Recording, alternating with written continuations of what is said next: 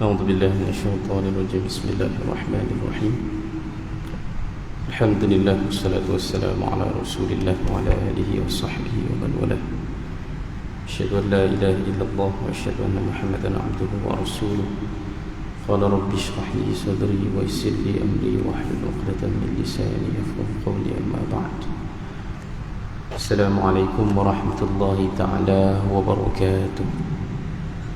Alhamdulillah kita jumpa lagi malam ni dan tentu sekali untuk melanjutkan pengajian kita berkaitan dengan kisah kehidupan para sahabat yang saya kira dah berapa nama ya, kalau ikut dalam senarai ini lebih kurang 8 nama kita dah sentuh setakat sejak awal kita bertemu dulu. Dan malam ini kita akan berkenalan dengan satu lagi nama yang istimewa, tetapi saya kira dalam sirah Nabi SAW antara sahabat yang paling kurang kita kenali adalah sahabat yang daripada Ansar. Saya punya suara okey? Tak bergema okey ya? Beliau adalah Usaid ibn Hudayr Al-Ansari. Usaid ibn Hudayr Al-Ansari. Dan kalau mungkin saya tanyakan tuan-tuan boleh senaraikan ataupun tidak nama-nama para sahabat dalam kalangan Ansar, mungkin kita boleh kira dengan jari sajalah nama-nama yang kita kenal. Sebab memang kebanyakan nama sahabat yang masyhur itu adalah dalam kalangan Muhajirin, dalam kalangan mereka yang berketurunan Quraisy, satu keturunan dengan Nabi SAW. Dan kalau kita lihat dalam skala yang lebih besar, kerajaan-kerajaan Islam, empayar-empayar Islam yang muncul setelah kewafatan Nabi SAW, semuanya pun adalah kerajaan-kerajaan yang dinasabkan kepada keturunan Quraisy, bukan daripada orang Ansar. Ambil yang paling masyhur lah, Banu Umayyah, kan daripada keturunan Muawiyah ibn Abi Sufyan ya. Anak-anak dia lah, iaitu Banu Umayyah ataupun Banu Abdul Syams ya. Yang antara orang-orang yang popular daripada keturunan ini adalah Abu Sufyan sendiri, Utsman ibn Affan ya. Kemudian naik pula empayar lain namanya empayar Islam Banu Abbasiyah yang merujuk kepada Abbas ibn Abdul Muttalib, Quraisy juga, pakcik Nabi SAW ya. Kemudian nanti Utsman dia bukan Utsman merujuk kepada Utsman ibn Affan, dia daripada Turki, keturunan Turki. Nanti akan naik kerajaan yang namanya Alawiyah merujuk kepada Ali bin Abi Talib, Husainiyah merujuk kepada Husain ibn Ali ibn Abi Talib, Fatimiyah merujuk kepada Fatimah binti Muhammad. Semua kerajaan yang muncul yang menasabkan diri mereka kepada keturunan, mereka mesti merujuk kepada keturunan Nabi SAW iaitu keturunan Quraisy. Tapi kita tak dengar ada nama kerajaan empayar Islam yang dinasabkan kepada orang-orang Ansar. Tak jumpa tak jumpa. Mungkin ada, tapi tidaklah kerajaan tu dinamakan sempena keturunan sekian-sekian. Tapi kalau keturunan Quraisy tu banyak dan ini akan menimbulkan banyak soalan lah. Mana orang-orang Ansar? Kenapa nama mereka kurang kita kenal? Dan kenapa kerajaan-kerajaan Islam yang muncul lebih suka dinasabkan kepada orang-orang Quraisy, bukan orang-orang Ansar, orang-orang yang dalam kalangan Aus dan Khazraj. Dan cerita kita pada malam ni mudah-mudahan akan menjawab serba-serbilah soalan-soalan itu yang ada di kepala kita, iaitu cerita tentang Usaid ibn Hudayr Al-Ansari. Beliau adalah antara top 10 yang peluk Islam, bukan top 10 lah, bukan 10 orang terawal, tapi 10 orang yang paling utama dalam kalangan orang Ansar. Kalau kita kenal asyarat mubasyirin bil jannah, asyara mubasyirin bil jannah, mereka yang 10 yang dijanjikan syurga, itu semua dalam kalangan Quraisy. Dan kalau kita boleh senaraikan 10 pula dalam kalangan Ansar, salah satunya mesti termasuk nama yang kita bincang malam ni, Usaid ibn Hudayr. Apa cerita tentang Usaid? Cerita tentang Usaid akan memberikan kepada kita gambaran umum zaman Madinah itu apa, orang-orang Ansar itu apa. Usaid ibn Hudayr, dia bukan peluk Islam, tergolong dalam kalangan yang paling awal peluk Islam. Sebab ketika orang-orang Ansar, jumlah mereka sudah mencapai ratus orang, Usaid masih belum lagi bersama kumpulan ni. Usaid ni peluk Islam bukanlah terlalu lewat, tapi dia hanya peluk Islam setelah Nabi utuskan Mus'ab ibn Umair ke Madinah. Ini kena belajar sedikit sirah patah balik ke belakang. Ketika Nabi SAW kematian Abu Talib dan Khadijah, Nabi tak ada pelindung. Nabi minta pembelaan baru daripada mereka yang berada di luar daripada keluarga Nabi SAW. Dan rupanya orang-orang yang berada di Mekah pun tak rela nak bela Nabi. Nabi SAW akhirnya bertemu dengan 6 orang Ansar. Namanya bukan Ansar lagi lah, masa tu namanya Khazraj. Dan 6 orang ni patah balik ke Yathrib ataupun Madinah. Tahun depan dia patah balik bertemu dengan Nabi SAW. Selama 15 orang berjanji dengan Nabi SAW dalam satu perjanjian, namanya Perjanjian Aqabah yang pertama. 15 orang. Kemudian Nabi utuskan, lepas 15 orang ni peluk Islam, Nabi utuskan Mus'ab ibn Umair sebagai pendakwah di Madinah. Dan dalam perjanjian yang berikutnya, jumlah yang hadir itu sudah 80 orang. Dan itu termasuk Usaid ibn Hudayr. Saya silap maklumat tadi. Usaid ibn Hudayr ni bukanlah selepas ratusan orang, tapi dia bukan orang yang pertama, bukan batch yang terawal. Dia lewat jugalah. Tapi dalam kalangan perjanjian Aqabah yang kedua, seramai 75 orang, Usaid ibn Hudayr terlibat sekali, kerana dia peluk Islam setelah Mus'ab ibn Umair pergi ke Madinah untuk berdakwah kepada orang Madinah. Dan ini ada cerita yang sangat istimewa tentang Usaid ibn Hudayr, kerana dia peluk Islam di tangan Mus'ab ibn Umair. Mus'ab ibn Umair ni siapa? Yang paling special sekali dalam sirah. Mus'ab ibn Umair ni antara sahabat yang digambarkan wajahnya macam Nabi SAW. Dan ini menarik sebab apa? Nabi adalah orang pertama yang berdakwah di Mekah, dan Mus'ab yang wajahnya serupa dengan wajah Nabi SAW adalah orang pertama daripada Mekah yang berdakwah di Madinah. Wajah yang serupa. Mana kita tahu wajahnya serupa? Dalam perang Uhud, Mus'ab ibn Umair syahid. Kan dalam perang Uhud tu kan muslimin bertempiaran lari ketakutan. Antara puncanya adalah tersebar cerita Nabi dibunuh, Nabi mati dalam perang Uhud. Macam mana punca boleh tersebarnya cerita tu? Kerana musyrikin Quraisy, mereka bunuh seorang ni mukanya mirip Nabi. Rupanya bila sahabat cek, itu Mus'ab ibn Umair, bukan Muhammad SAW. Dari situlah kita tahu yang wajah Mus'ab ibn Umair ni mirip dengan Nabi SAW. Mus'ab diutuskan oleh Nabi SAW untuk berdakwah di Madinah. Dalam Al-Mubarakfuri, dalam kitab sirah yang dikarangnya, diceritakan tidak ada satu pintu pun yang tak diketuk oleh Mus'ab ibn Umair sepanjang berdakwah di sana. Dan ini salah satu ceritanya. Kalau di Mekah ada Darul Arqam, tuan-tuan tahu Darul Arqam? Rumah yang menjadi markas Islam di Mekah. Rumah Al-Arqam bin Abi Al-Arqam yang berada di Bukit Sofa, di kaki Bukit Sofa lah rumah tu. Kan di Madinah pula ada satu rumah yang dimiliki oleh As'ad ibn Zurarah, yang menjadi markas Islam di Madinah pula. Ini ada dua cerita yang mirip, permulaan dakwah di Mekah dan permulaan dakwah di Madinah. Ceritanya lebih kurang. Ada markas Islam yang menjadi tempat berkumpulnya muslimin yang terawal di Madinah, iaitu rumah seorang sahabat namanya As'ad ibn Zurarah.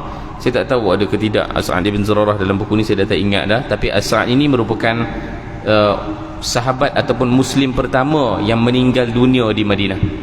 Rumah dia lah yang menjadi tempat yang diwakafkan untuk dijadikan tempat Mus'ab ibn Umair berdakwah mengajarkan Islam. Dan ada satu cerita, Mus'ab ibn Umair ni dia dia menumpang rumah As'ad ibn Zurarah. Dan As'ad ibn Zurarah ni dia adalah saudara mara sepupu dia yang tak puas hatilah dengan dia. Kenapa kamu melayan orang yang datang daripada Mekah tu? Dan bahasanya apa? Apa yang disebut oleh sepupu, sebenarnya dia dua pupu lah, dia jauh sikit. Apa yang disebut oleh saudara kepada As'ad ibn Zurarah adalah sama macam apa yang disebutkan oleh musyrikin Mekah kepada Nabi sallallahu alaihi wasallam. Kenapa kamu mempergunakan orang-orang yang jahil dalam kalangan kami, orang-orang yang daif dalam kalangan kami, dan kamu sesatkan dia? Kalimah yang sama, yusaffiha alihatana, kamu telah memperbodohkan tuhan-tuhan kami. Dan sepupu Mus'ab ini telah report kepada seorang gangster di Madinah, dan itulah nama yang kita bincangkan pada malam ni, iaitu Usaid ibn Hudayr. Kalau di Mekah kita ada Umar bin Al-Khattab, di Madinah kita ada Usaid ibn Hudayr, yang ciri dan karakternya itu dekat dengan ciri Umar bin Al-Khattab. Usaid ibn Hudayr telah mendapat satu report, orang buat komplain kepada dia, cuba engkau buat sesuatu kerana pemuda yang datang daripada Mekah ni dah buat kacau dekat tempat kita. Wazjurhu wa hadzirhu min ayyata diyarana ba'da al-yawm, pergi halang dia dan halau dia, dan pastikan dia tinggalkan Madinah ataupun Yathrib ini hari ini juga. Maka ketika itulah Usaid ibn Hudayr dia balik ke rumah, dipakai pakaian perang dia, dan dia menuju ke rumah As'ad ibn Zurarah yang ketika itu sedang berlangsung kelas pengajian bersama dengan Mus'ab ibn Umair. Dan ketika itu As'ad ibn Zurarah nampak Usaid daripada jauh. Usaid yang kita boleh bayangkan wajahnya wajah yang wajah seorang yang bercirikan tegas, bengis, dengan badan yang sasa. Dan As'ad ibn Zurarah terus sebut kepada Mus'ab, waihaka ya Mus'ab, habislah kamu, hadha sayyidu qaumih, ini orang besar, ni bukan orang biasa-biasa Usaid ni, wa arjahuhum aqlan, dia ni bukan sahaja ketua kaumnya, dia mempunyai akal yang luar biasa. Dia ada ciri-ciri kepimpinan yang sempurna lah. Arjahahum aqlan wa akmaluhum kamalan, dia sempurna dari segala segi. Sebab tu orang lantik dia jadi pemimpin, Usaid ibn Hudayr. Fa in yuslim tabi'ahu fi islamihi khalqun kathir. As'ad ni dia berikan satu kata-kata penting kepada Mus'ab. Sebab apa? Dia tahu untuk Mus'ab benda ni tak akan menakutkan dia, tapi akan menyebabkan dia lebih berhati-hati. Kita kalau dengar orang cakap ada tetamu ataupun ada orang nak serang kita akan lari. Tapi As'ad tahu Mus'ab bukan begitu, maka dia kena jujur. Ini Usaid, kamu tak boleh main-main dengan dia. Fa in yuslim tabi'ahu fi islamihi kathir khalqun kathir. Dan dia berikan satu potensi, kalau Usaid ni peluk Islam, dekat belakang dia ramai akan ikut dia peluk Islam sekali. Fasduqillaha fihi wa ahsinit ta'tilah, maka kamu buatlah betul-betul. Ini menunjukkan As'ad ibn Zurarah percaya kepada Mus'ab ibn Umair, dan apa yang berlaku selepas ini akan menceritakan segala-galanya. Usaid bertemu berhadapan dengan Mus'ab, terus disebutkan, ma ja'a bikuma ila diyarina wa aghrakuma bidu'afaina, apa yang membuat kamu nak datang ke sini, dan kamu telah menyesatkan orang-orang yang daif dalam kalangan kami. Ini ayat biasa yang digunakan oleh mereka yang menentang Islam ketika itu, baik di Mekah ataupun Madinah. I'tazila, pergilah daripada sini, kalau kamu nak hidup. Saya ringkaskan dia punya kata-kata. Dan Mus'ab dengan segala kelebihan lisan yang Allah berikan kepada dia, terus berkata, ya sayyida qaumi hal laka fi khairin min dhalik, wahai ketua kaumnya. Dia berikan satu kata-kata yang membuatkan Usaid jadi berbangga dekat situ. Kamu nak tak sesuatu yang lebih baik daripada apa yang kamu sebut tadi? Kamu nak aku keluar dari sini, tapi ada yang lebih baik lagi. Apa dia? Kamu duduklah bersama dengan kami. Cuba dengar dulu. Kalau kamu percaya, kamu redha dengan apa yang aku sebut, maka terimalah. Kalau kamu tak rasa senang hati dengan apa yang aku sampaikan, maka aku akan pergi daripada sini selama-lamanya. Bagus. Memang itu yang Usaid ibn Hudhair nak. Yang penting itu lebih baik lah. Sebab apa? Kalau betul apa yang Mus'ab sebut, maka memang itu lebih baik untuk Usaid lah. Dan kalaulah memang yang Mus'ab beritahu tu benda yang mengarut sebagaimana yang Usaid sangkakan, maka Mus'ab akan keluar sendiri selama-lamanya, tak perlu halau pun, dia sendiri akan pergi. Maka Usaid pun sudi mendengar apa yang nak diucapkan oleh Mus'ab. Masya Allah. Ketika itulah Usaid bila dengar segala ucapan Mus'ab, terus selepas itu disebut, ma ahsana hadha alladhi taqul wa ma ajalla dhalika alladhi tatlu. Alangkah indahnya apa yang kamu sebut, alangkah bagusnya mesej yang kamu bawa. Kaifa tasna'una idza aradtum ad-dukhula fil Islam. Kalau orang nak peluk Islam, nak buat apa? Kalau ada orang nak peluk Islam, biasanya dia kena buat apa? Ini menunjukkan apa kata-kata ni? Yang pertama, Usaid ibn Hudhair, dia masih ada ego dia. Ni ego seorang pemimpin. Dia masih ego lagi. Dia tak naklah cakap aku nak peluk Islam macam mana. Tak nak. Tapi dia kata apa? Biasa orang peluk Islam kena buat apa? Dalam masa yang sama, dia tetap ada kerendahan hati di hadapan kebenaran, dan dia sudi untuk menadah telinga, dan akhirnya dia faham itulah kebenaran. Islam adalah kebenaran yang telah masuk sebagai hidayah ke dalam hati Usaid. Dan Mus'ab pun memberikan arahan, pergi bersihkan diri, kemudian ucap syahadah dan salat 2 rakaat. Itu telah dilakukan oleh Usaid ibn Hudhair. Dan tidak lama selepas itu, yang menariknya adalah Usaid pergi patah balik kat kawan dia tadi yang report kepada dia. Nama dia sebenarnya Sa'ad ibn Mu'adh. Saya tak sebut nama dia tadi. Sa'ad ibn Mu'adh pula pergi jumpa dengan Mus'ab. Sa'ad bin Mu'adh pun peluk Islam nanti. Dan ini adalah hero-hero besar dalam kalangan orang Ansar, dan ramai selepas itu orang-orang dalam kalangan Aus dan Khazraj yang akan peluk Islam. Sebab itu dalam perjanjian Aqabah yang pertama 15 orang je, tiba-tiba tahun depan dah jadi 75 orang yang sertai. Yang kat Madinah tu lebih ramai lagi. Ada 75 orang pertambahan daripada yang pertemuan yang pertama. Dakwah Nabi sallallahu alaihi wasallam dekat Mekah 13 tahun. Berapa ramai Nabi kumpul? 13 tahun. 13 tahun Nabi berdakwah dekat Mekah, Nabi hanya kumpul paling banyak pun 300 orang. Kalau kita congak jumlahnya 300 orang, 400 macam tu sajalah. Itu 13 tahun. Mus'ab ibn Umair selama setahun dia dah bawa pulang ke Mekah dalam peristiwa perjanjian Aqabah kedua. 75 orang paling kurang, kita boleh anggarkan lebih, mungkin 100 lebih yang peluk Islam di tangan Mus'ab ibn Umair selama setahun. Ini satu pencapaian yang luar biasa. Dan kita berhenti kat sini sekejap untuk kita ambil pelajaran penting. Takut tak sempat nak sebut kat hujung. Bagaimana Usaid telah terselamat daripada jahiliah kerana satu sikap yang penting. Dalam Islam, antara akhlak yang paling core ataupun asasi adalah tawaduk, yang lawannya adalah takabbur. Tawaduk maksudnya apa? Wada'a, letak. Kita letak diri kita rendah. Bukan rendah kerana kita menghinakan diri kita, tapi kita membuka hati dan fikiran kita supaya kita sedar yang barangkali kebenaran itu boleh berada dan berpunca daripada mana-mana tempat. Barangkali aku salah. Kalau aku betul pun aku nak kena bersedia, takut aku dalam keadaan yang salah, supaya daripada mana saja datangnya kebenaran aku akan grab, aku akan ambil. Itu tawaduk, duduk di bawah. Takabur maksudnya apa? Besar. Membesarkan diri.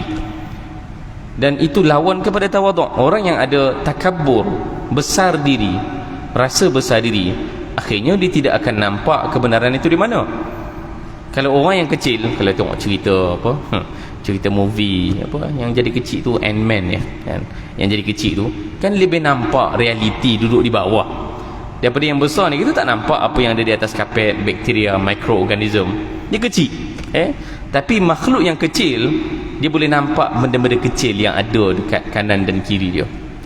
Dan kebenaran itu biasanya, kebenaran ni dia tersembunyi dan sangat sangat terselindung, kerana yang lebih orang nampak itu adalah kebatilan dan juga perkara-perkara yang komersial lah. Itu yang lebih mudah dinampak. Tapi kebenaran ni bahaya. dia kena berusaha untuk dicari. Dia kena buka mata besar-besar, barulah nampak itu benar dan itu salah. Dan ini yang telah berlaku kepada Usaid ibn Hudayr.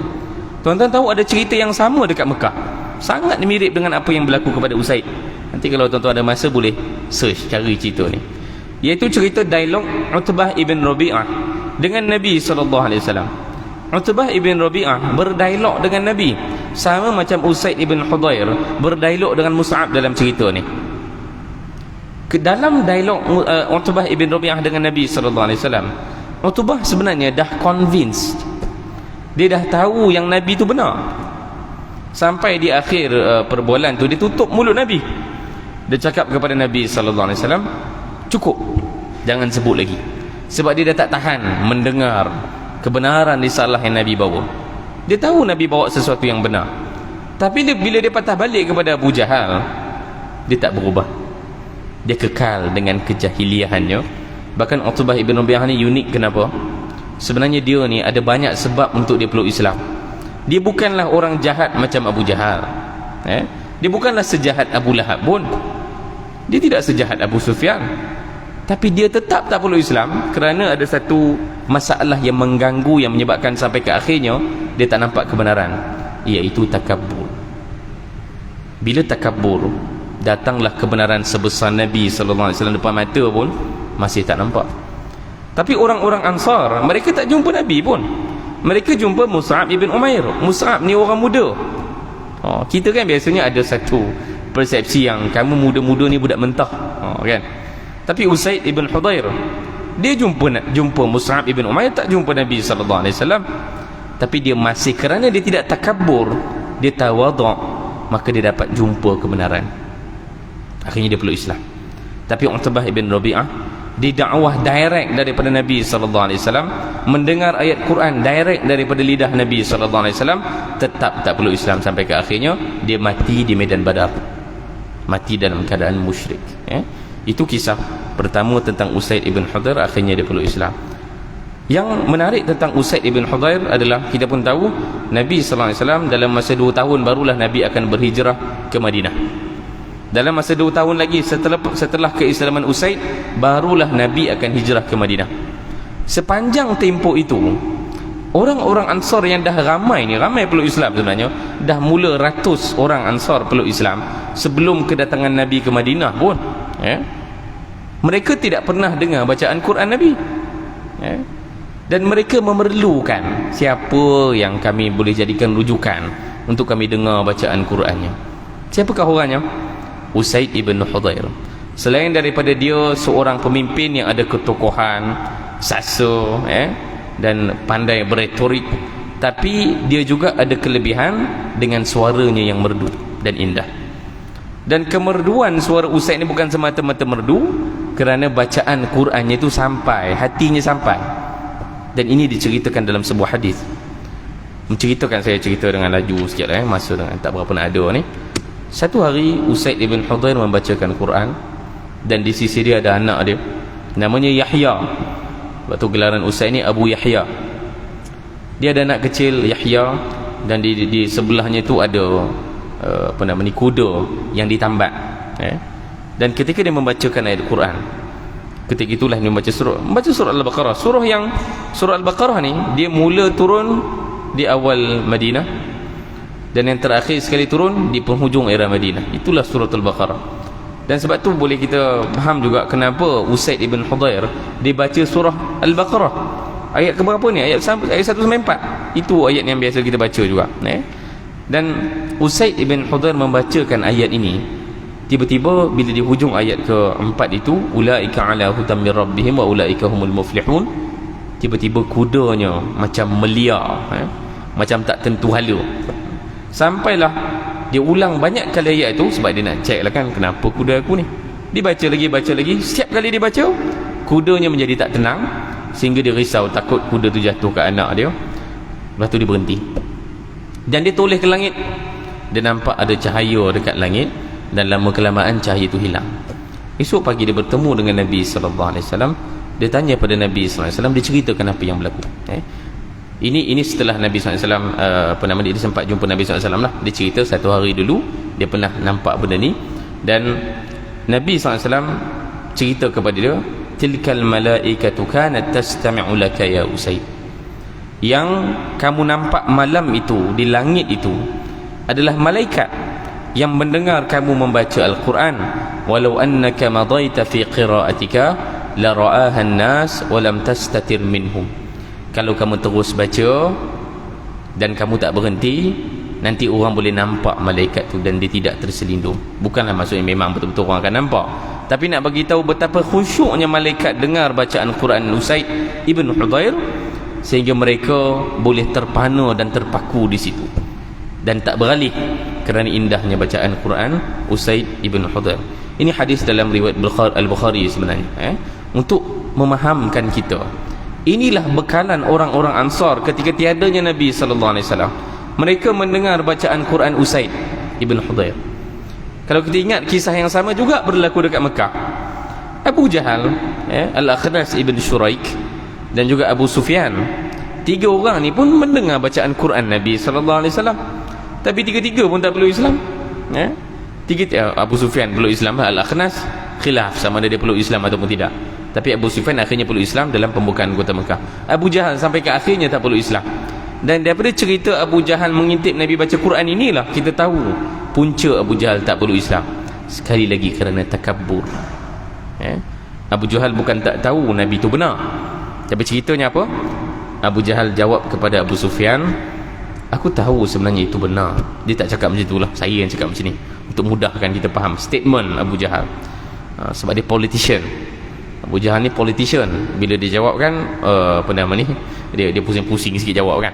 Maka Abu Jahal jawab kepada Abu Sufyan, aku ni dah lama bertarung dengan keluarga Nabi SAW. Banu Makhzum dengan Banu Hashim ni dah lama bergaduh. Kami ni dah lama bertarung. Ketika Banu Hashim dia tawarkan ekonomi untuk Mekah, Banu Makhzum pun nak tawarkan yang sama. Ketika Banu Hashim dia buat travel agency untuk bantu orang tunaikan umrah dan haji, Banu Makhzum pun nak buat juga. Tapi bila Banu Hashim cakap dia ada Nabi, macam mana Banu Makhzum nak buat Nabi? Tak boleh. Maka sebab itulah aku tidak akan menerima Muhammad selama-lamanya sallallahu alaihi wasallam. Kerana dia bertarung dengan keluarga Banu Hashim. Sekali lagi takabbur. Hanya kerana takabur tak boleh terima kebenaran itu datang daripada keluarga Banu Hashim, maka dia tak terima kebenaran. Itu adalah nasib mereka yang tidak membuka mata hatinya untuk melihat kebenaran. Ini kisah kedua berkaitan dengan Usaid ibn Hudhair. Maka menunjukkan tidak hanya dia sebagai orang yang besar dari segi keimanannya, beliau juga seorang yang ada kemahiran khusus dari segi membaca Quran dan pengetahuan yang mendalam tentang ayat-ayat Allah Ta'ala. Kisah yang berikutnya adalah kisah yang barangkali kita pun pernah dengar kisah ni, tapi kita pun tak tahu nama siapa sebenarnya sahabat yang terlibat dengan kisah ni, iaitu Usaid ibn Hudhair. Dalam satu peristiwa dikatakan dalam perang Uhud, dia ni ada humor, ada apa, suka melawak juga Usaid ibn Hudhair ni. Dan adalah lawak yang disebut masa tu Nabi sallallahu alaihi wasallam tak suka. Nabi cucuk belakang badan dia, mungkin pakai tongkat Nabi ataupun apa nama ni, hulu pedang kan, masa di medan jihad kan. Sebab medan jihad ni mana sesuai nak melawak kena serius lah. Maka Nabi cucuk belakang badan dia. Tapi Nabi tak pernah nak berikan arahan tu, cuma Nabi nak tegur dia. Usaid ibn Hudhair bila dia dicucuk oleh Nabi SAW dengan hulu pedang, dia kata kepada Nabi SAW, "Auja'tani ya Rasulullah." Kamu buat begitu kepada aku ya Rasulullah. Maksudnya apa? Dia tak puas hati dengan Nabi SAW. Dia tak puas hati. Tapi Nabi SAW, kita tengok respon Nabi ketika dia ditanya begitu oleh Usaid. Nabi cakap apa? "Iqtassa minni ya Usaid." Tak apalah kalau kamu rasa kamu tak suka, jadikan ini qisas. Kamu cucuk aku balik. Qisas tu apa? Hukum jenayah dalam Islam. Kalau dibuat A, maka dibalas A. Kalau kamu potong tangan orang, tangan kamu kena potong balik. Itu qisas punya hukuman dalam jenayah Islam. Maka Nabi sebut iqtassa minni ya Usaid. Apalah kita jadikan ini qisas. Aku cucuk kamu tadi, kamu cucuklah aku balik. Dan Usaid cakap kepada Nabi sallallahu alaihi wasallam, Tapi mana boleh engkau cucuk aku dalam keadaan aku ni, belakang badan aku ni dia terdedah, dan bila Nabi cucuk tu direct lah kena badan Usaid, dan Usaid sebut kamu tu berpakaian penuh, tak terdedah, maka kena selak lah supaya aku boleh cucuk macam kamu cucuk, kan? Dan Nabi SAW pun angkatlah pakaian Nabi. Ketika itulah fahtadanahu Usaid wa ja'ala yuqabbilu ma baina ibtihi wa khasiratihi wa huwa yaqul. Usaid pun terus peluk Nabi SAW, bersentuhan dengan kulit Nabi SAW, dan disebut kepada Nabi bi abi anta wa ummi, ya Rasulullah, maksudnya aku bersumpah ya Rasulullah, innaha la bughyatun kuntu atamannaha mundu araftuka. Aku dah lama nak buat begini sebenarnya, sejak hari pertama aku kenal kamu ya Rasulullah, wa qad balaghtuha al-an, hanya kali ni barulah aku boleh buat begini. Kenapa dia cakap begitu? Memanglah kita semua memang nak peluk Nabi, memang nak cium Nabi SAW, tapi adalah satu perkara yang terhormat juga untuk kita tidak melakukan itu. Kenapa? Sebab kita menghormati Nabi SAW. Menghormati seseorang kena bagi ruang pada dia, kan? Tak bolehlah setiap masa nak kena peluk dia. Kalau semua sahabat nak peluk Nabi tiap masa, habis, tak jadilah sirah kita kalau semua sahabat duk sibuk buat benda tu, dan itu bukan benda paling utama nak buat dengan Nabi SAW. Ada banyak lagi, tapi tentu sekali Usaid ibn Hudayr dan mana-mana sahabat pun sentiasa fikir, bila aku ni berpeluang nak peluk Nabi. Mereka cintakan Nabi SAW, dan kali ini Allah datangkan sebab untuk dia peluk Nabi SAW, iaitu kerana Nabi dah cucuk dia daripada belakang tadi. Nabi benarkan dia untuk qisas, untuk dia buat balik pada Nabi. Ketika Nabi selak pakaian, dia terus peluk Nabi SAW. Itu adalah kisah yang melibatkan Usaid ibn Hudayr. Baik, kisah yang berikutnya disentuh dalam buku ini adalah kisah yang mungkin memberikan kita jawapan mengapa akhirnya kita kurang mengenali nama orang-orang Ansar. Dan memang dari sudut siasah ataupun politik, kemunculan pemimpin-pemimpin umat Islam setelah kewafatan Nabi SAW, kita tak jumpa nama orang Ansar. Kita jumpalah nama-nama orang Ansar ini ketika dalam peristiwa jihad dan sebagainya, tapi dari segi kepimpinan umat Islam tu kita tak jumpa nama orang Ansar. Dan kerajaan-kerajaan empayar Islam yang muncul selepas itu pun kita tak jumpa nama orang Ansar. Usaid ibn Hudayr adalah salah seorang yang akan mengajarkan kepada kita kenapa benda itu tidak berlaku, dan kenapa umat Islam terselamat daripada fitnah pertama. Umat Islam ni banyak melalui cabaran-cabaran daripada zaman demi zaman, dan cabaran pertama umat Islam adalah sejurus selepas kewafatan Nabi SAW. Dan ketika itu orang-orang Ansar dah berkumpul di satu tempat namanya Saqifah Banu Sa'idah. Saqifah Banu Sa'idah ni, kalau tuan-tuan pergi ke Mekah, kalau mungkin ada yang kawan-kawan kita pergi haji tu, tanya dia mana tempat Saqifah Banu Sa'idah. Dia berada di samping Masjid Nabawi, tempat yang hijau, satu-satunya tempat yang hijau di bersebelahan. Dia belah mana, kena tengok betul, dia belah barat Masjid Nabawi tu ada satu tempat yang masih hijau. Itulah tempat asal Saqifah Banu Sa'idah. Zaman sekarang di sebelah masjid je lah, tapi zaman Nabi SAW tempat tu jauh, sebab masjid Nabi ni kecil je, Raudah tu lah masjid Nabi SAW, itulah masjid asal Nabi SAW. Tapi zaman sekarang ni dah terlalu luas, sampai Saqifah tu dah jadi sebelah Masjid Nabawi.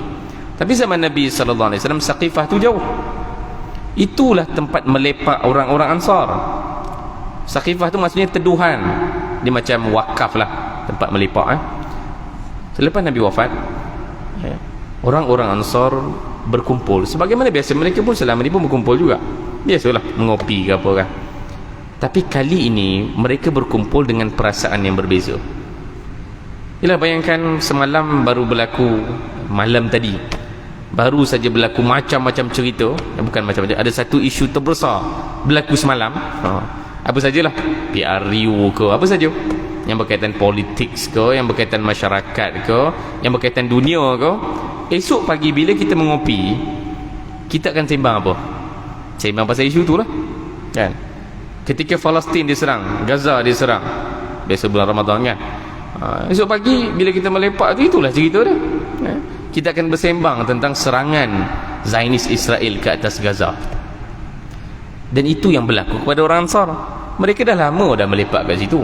Tapi kali ni cerita yang sedang panas dan hangat adalah Nabi baru wafat. Dan soalannya adalah, siapa nak ganti Nabi? Siapa yang nak ganti Nabi SAW sebagai pemimpin? Tidak akan ada pengganti Nabi yang bersifat sebagai Nabi, tapi perlu dan wajib ada orang ganti sebagai pemimpin. Ini penting untuk kita faham. Sebab tu Nabi sebut dalam sebuah hadis, nanti di akhir zaman Nabi sebut, kamu akan melalui satu zaman namanya Sinun Khadda'ah, tahun-tahun yang penuh dengan tipu daya. Dan Nabi sebut akan muncul salasuna dajjalun, akan muncul 30 dajjal. 30 dajjal akan muncul. Dajjal ni apa? Orang ke bukan orang? Itu topik lain. Tapi dajjal akan muncul. Yang biasa kita takutnya dajjal yang rupa yang menakutkan tu, kan? Tapi Nabi berikan isyarat dalam hadis ni, itu memang the dajjal. Dajjal yang sebenar-benarnya tanda permulaan, tanda-tanda besar kiamat itu adalah dajjal yang satu-satunya. Tapi sebelum dajjal yang satu-satunya itu muncul, akan ada 30 lagi dajjal sebelum itu yang akan muncul, yang mereka ini sama, ada satu seruan yang sama, mereka mendakwa diri mereka Nabi. Sebab tu siapa yang mendakwa dirinya Nabi, dia telah mengambil tempat yang paling, posisi yang paling menakutkan, kerana Nabi menggelar golongan ini sebagai dajjal. Dan sebab tu tidak ada lagi Nabi setelah kewafatan Nabi SAW. Yang berbaki adalah kita perlukan pemimpin. Siapa nak jadi pemimpin? Siapa nak ganti Nabi SAW sebagai pemimpin? Orang-orang Ansar, mereka mula berbincang dan mengatakan yang lebih layak jadi pemimpin mestilah orang Ansar. Kenapa? Nabi dah berhijrah ke Madinah, dan Nabi duduk di Madinah bersama dengan kita. Setelah pembukaan kota Mekah pun, Mekah tu dah dibuka dah, rumah Nabi ada dekat Mekah. Nabi tak duduk kat Mekah, Nabi tak patah balik, Nabi tetap pulang ke Madinah bersama dengan kita. Dan Nabi menyebut dalam banyak hadis tentang kelebihan orang Ansar. Nabi sebut, kalaulah satu dunia pergi ke satu sudut, dan Ansar pergi ke sudut yang lain, aku akan ikut orang Ansar. Dan Nabi sebut juga dalam hadis, hubbul ansar minal iman, mencintai orang Ansar itu sebahagian daripada iman. Untuk beritahu yang orang Ansar ni, mereka dah mula nampak sepatutnya kami lah yang jadi pengganti Nabi. Kemudian Abu Bakar As-Siddiq, Umar Al-Khattab, Abu Ubaidah Amir bin Al-Jarrah. Umar sebenarnya yang report kepada Abu Bakar, dia bagi tahu apa yang telah berlaku di Saqifah. Abu Bakar cakap, jom kita pergi bertiga, Umar, Abu Bakar dan Abu Ubaidah. Ini semua tiga-tiga ni sahabat dijanjikan syurga oleh Nabi SAW. Dan mereka sampai di Saqifah, dan mereka mula nampak satu pandangan yang menakutkan bila umat ni dah mula bertelagah dan mendakwa macam-macam, mula bertengkar, bergaduh, dan mereka mulalah berdialog dalam peristiwa tersebut. Usaid pun ada dalam peristiwa ni. Sebab tu cerita terakhir ni adalah berkaitan dengan itu juga, iaitu Usaid ibn Hudhair. Jadi banyak dialog dalam cerita ni, tapi antara yang berlaku juga, antara kata-kata yang diucapkan untuk menenangkan keadaan ini adalah kata-kata Usaid ibn Hudhair bila diingatkan satu hadis daripada Nabi SAW.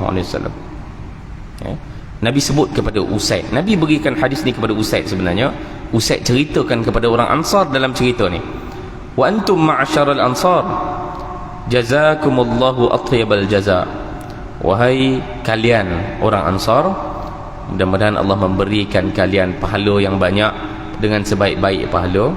Fa innakum ma'alimtu a'iffatun subrun, aku mengenali kalian sebagai satu manusia, sekelompok manusia yang ada satu kesucian maruah dan juga kesabaran yang tinggi. Wa innakum satalqawna atharatan ba'di, nanti selepas aku wafat kalian akan berhadapan dengan satu masalah yang sangat berat. Fasbiru hatta talqawni, kalian bersabarlah dengan masalah tu sehinggalah kalian bertemu dengan aku. Wa mau'idukumul haud, dan aku jamin, aku janji kalian akan bertemu dengan aku di haud, telaga aku, telaga Nabi sallallahu alaihi wasallam. Kata-kata ini diucapkan oleh Usaid ibn Hudayr dalam peristiwa tersebut ketika suasana sedang panas. Abu Bakar sebenarnya punca yang menenangkan keadaan, tapi salah seorang yang terlibat untuk menenangkan orang Ansar adalah Usaid, dan diberikan hadis ni kepada orang Ansar. Kerana orang-orang Ansar, akhirnya kita ni menjadi pengikut Nabi sallallahu alaihi wasallam, pembela Rasulullah sallallahu alaihi wasallam. Sejak kali pertama kita berkenalan dengan Muhammad sallallahu alaihi wasallam adalah kerana kita nak bersama dengan Nabi di syurga Allah Taala.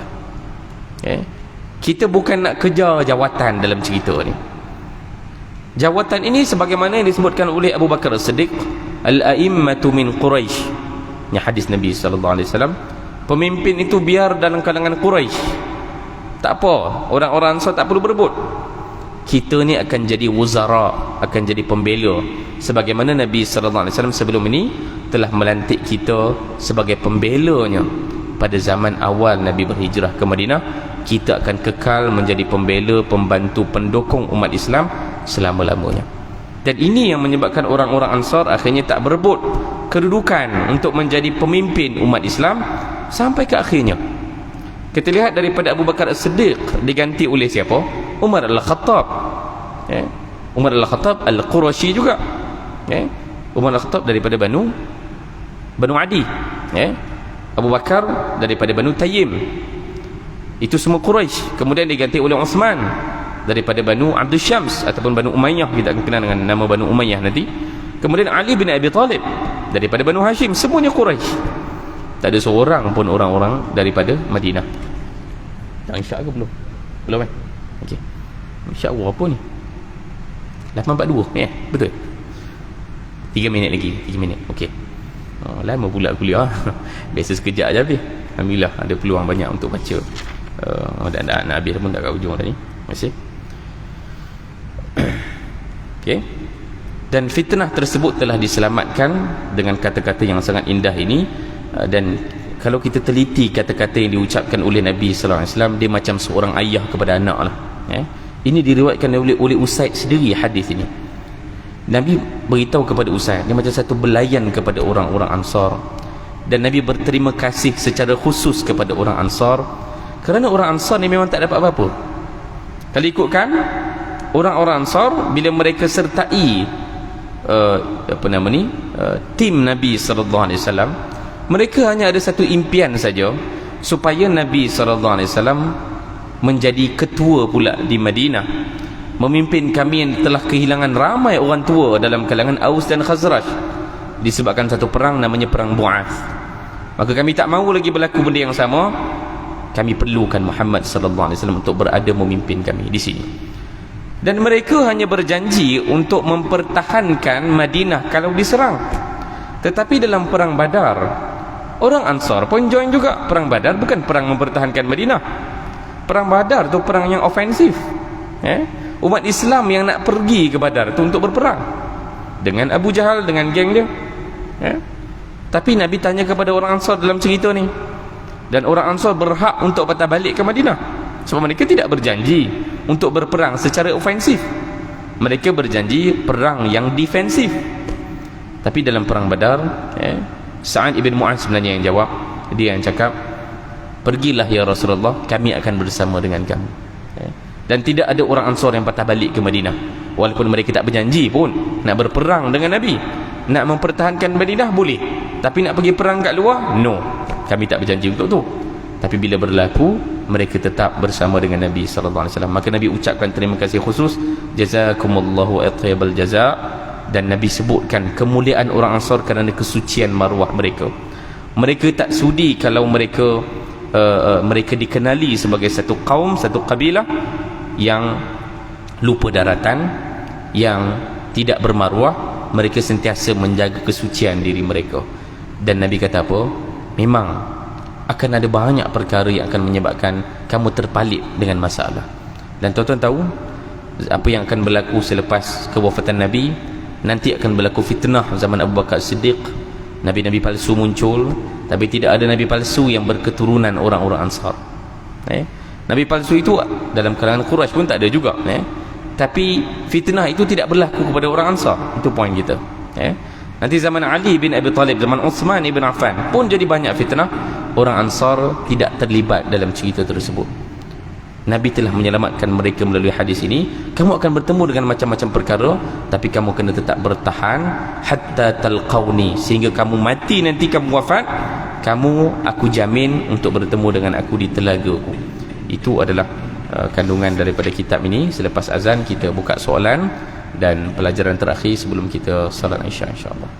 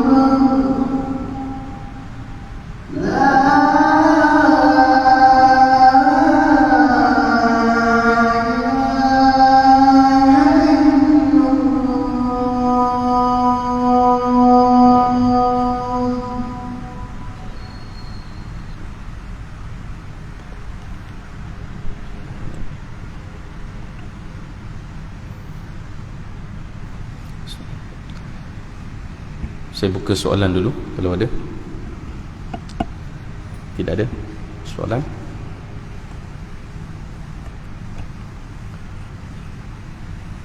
Akhir sekali kita tutup dengan kisah kewafatan Usaid. Tentu sekali banyak pelajaran daripada kisah Usaid yang kita dah sentuh sebahagiannya tadi. Usaid ini akhirnya wafat pada era Umar Al-Khattab, dan antara cerita yang ada tentang kisah kewafatan beliau adalah beliau berhutang banyak, 4,000 dinar.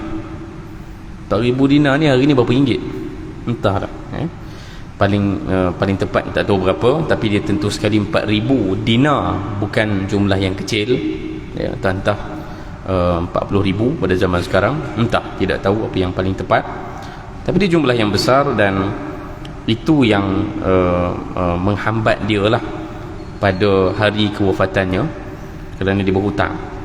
Dan Umar Al-Khattab bila dia tahu yang Usaid itu berhutang, dan zaman Umar pun sahabat dah mula berkurang, jumlah sahabat yang awal bersama dengan Nabi SAW tu dah mula ramai yang syahid, yang wafat.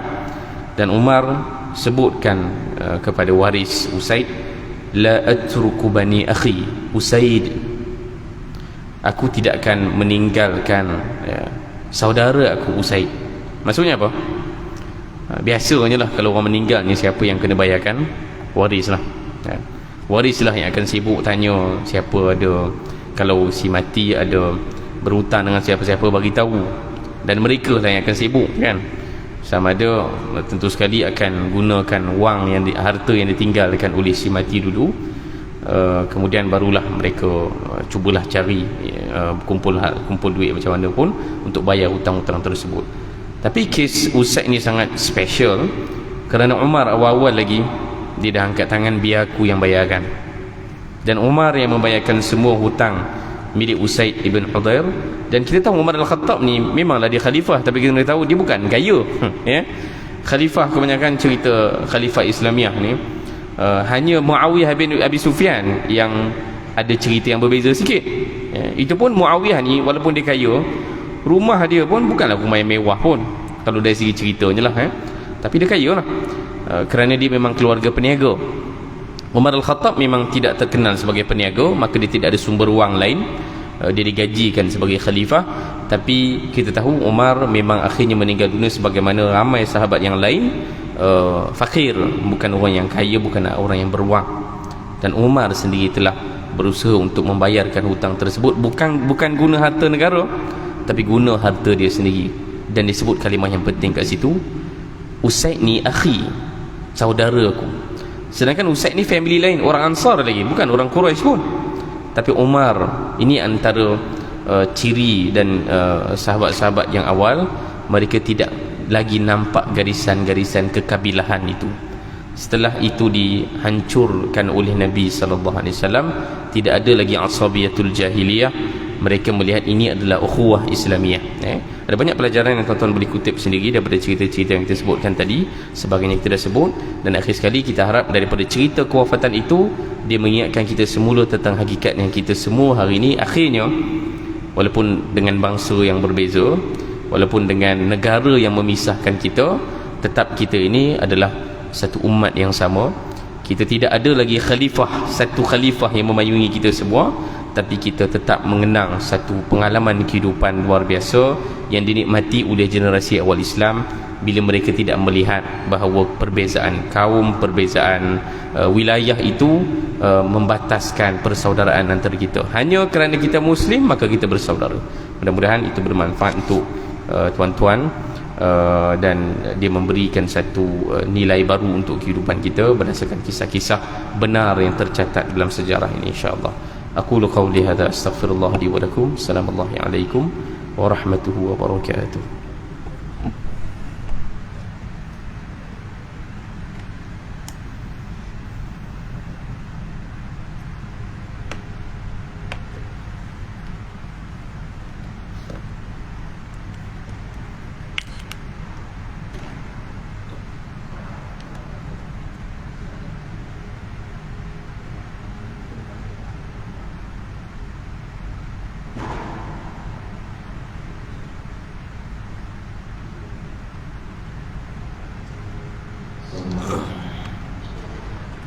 الله أكبر الله أكبر